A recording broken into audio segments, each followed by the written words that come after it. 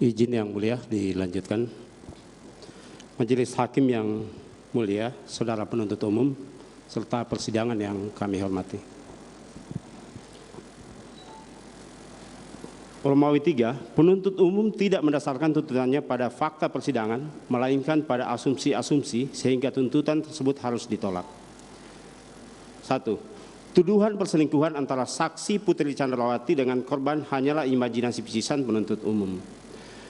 Dalam surat tuntutan penuntut umum halaman 401 angka 1 dan halaman 402 sampai dengan halaman 403 angka 8 menyatakan terjadinya peristiwa di Magelang antara terdakwa dengan korban didasarkan pada dalil adanya perselingkuhan antara saksi Putri Chandrawati dengan korban. Tuduhan penuntut umum hanya didasarkan hasil poligraf yang telah diterangkan oleh ahli Aji Febrianto Ar-Rasyid di bawah sumpah di muka persidangan. Penuntut umum menggunakan hasil poligraf yang menunjukkan saksi Putri Chandrawati berbohong berselingkuh dengan korban. Namun, hasil poligraf tersebut telah diuji di muka persidangan berdasarkan keterangan ahli Aji Febrianto selaku ahli poligraf di bawah sumpah pada tanggal 14 Desember 2022 yang menyatakan pertanyaan tes poligraf yang diajukan kepada saksi Putri Chandrawati merupakan pesanan dari saudara Wira selaku Kasubdit 1 di Tipidum sebagai penyidik dengan pertanyaan titipan, apakah saksi Putri Chandrawati berselingkuh dengan korban? Pertanyaan tersebut tidak relevan dengan perkara akuo. Selain itu, ahli pada saat melakukan pemeriksaan tidak diberikan kewenangan untuk menyusun pertanyaan sebagaimana yang seharusnya dia lakukan dalam melakukan tes poligraf. Di samping itu, ahli poligraf Aji Febrianto juga membenarkan saksi Putri Chandrawati sempat menangis saat diminta menceritakan kejadian di Magelang pada tanggal 7 Juli 2022. Namun, pemeriksaan tetap dilakukan padahal sebelumnya saksi Putri Chandrawati sudah menyatakan keberatan untuk menceritakan kejadian kekerasan seksual tersebut. Karena saksi Putri Chandrawati merasa malu dan tidak nyaman jika harus menceritakan peristiwa tersebut di ruang tertutup kepada dua orang pria yang ketika itu menjadi pemeriksa. Terlebih pada saat itu saksi Putri Chandrawati masih dalam keadaan trauma pasca kejadian. Dengan kondisi psikologis dan emosi yang tidak stabil tersebut, tentunya hasil yang didapatkan dari tes poligraf itu menjadi tidak akurat.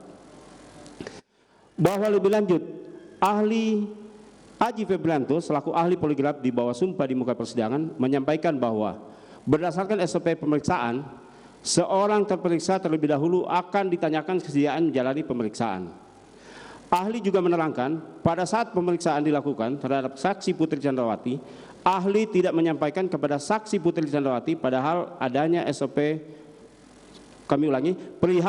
SOP pemeriksaan tes poligraf bahwa terperiksa dapat menolak diperiksa di tengah jalannya pemeriksaan. Ahli juga menyampaikan kondisi saksi Putri Chandrawati dalam keadaan menangis saat pemeriksaan dilakukan.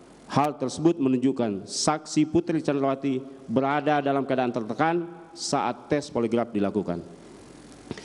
Berdasarkan ketentuan pasal 13 Peraturan Kapolri nomor 10 tahun 2009 yang mensyaratkan pada saat pemeriksaan poligraf terperiksa harus tidak dalam keadaan tertekan. Lalu guna memastikan kondisi saksi Putri Chandrawati dapat didukung dengan riwayat kesehatan terperiksa dan laporan hasil pemeriksaan psikologi.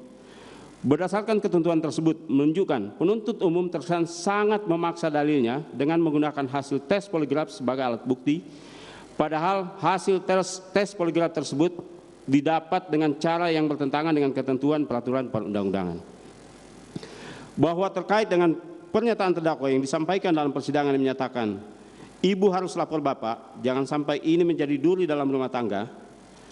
Keterangan terdakwa di muka persidangan pada tanggal 9 Januari 2023, maksud dari perkataan terdakwa tersebut tidak lain karena terdakwa setelah melihat tingkah laku korban yang mencurigakan dan selanjutnya terdakwa bersama saksi Suci mendapati saksi Putri Chandrawati tergeletak, lemas, tak berdaya dengan badan dingin.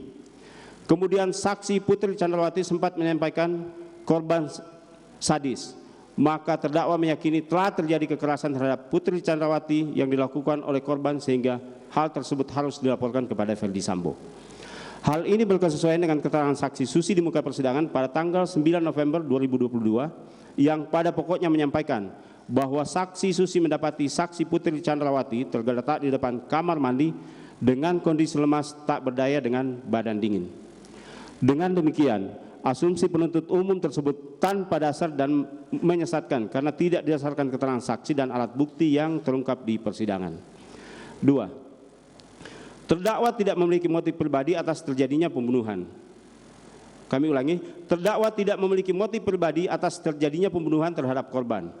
Bahwa dalam tuntutan penuntut umum pada halaman 451 dalam hal yang meringankan menyatakan terdakwa tidak memiliki motivasi pribadi dan hanya mengikuti kehendak jahat dari pelaku lain.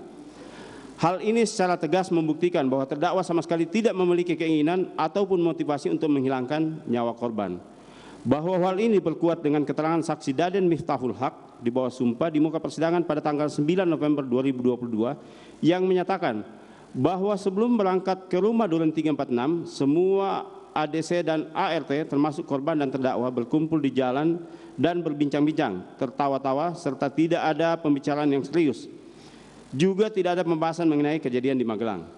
Bahwa hal ini berkesesuaian dengan keterangan terdakwa di muka persidangan pada tanggal 9 Januari 2023 yang pada pokoknya terdakwa menyatakan dia tidak pernah punya masalah dengan korban. 3. Terdakwa tidak mengetahui adanya pengamanan senjata milik korban yang dilakukan oleh saksi Riki Rizal Wibowo. Bahwa penuntut umum dalam tuntutannya halaman 401 sampai dengan 403 pada angka 3, 4, dan 9 menyatakan bahwa terdakwa mengetahui adanya pengamanan senjata milik korban oleh saksi